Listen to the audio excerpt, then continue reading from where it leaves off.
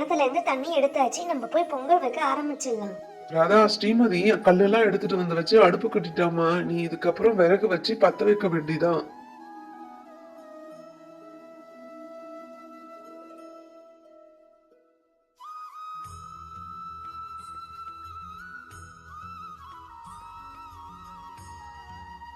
சாமி, பொங்கல் வச்சாச்சு, நீங்க படைக்க ஆரம்பிக்கலாம் சாமி.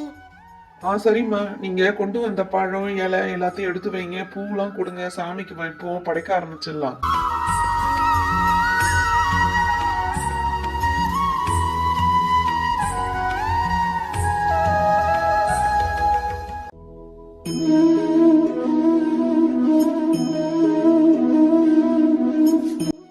இந்த வருஷம் தை மாசம் குலசாமிக்கு நல்லபடியா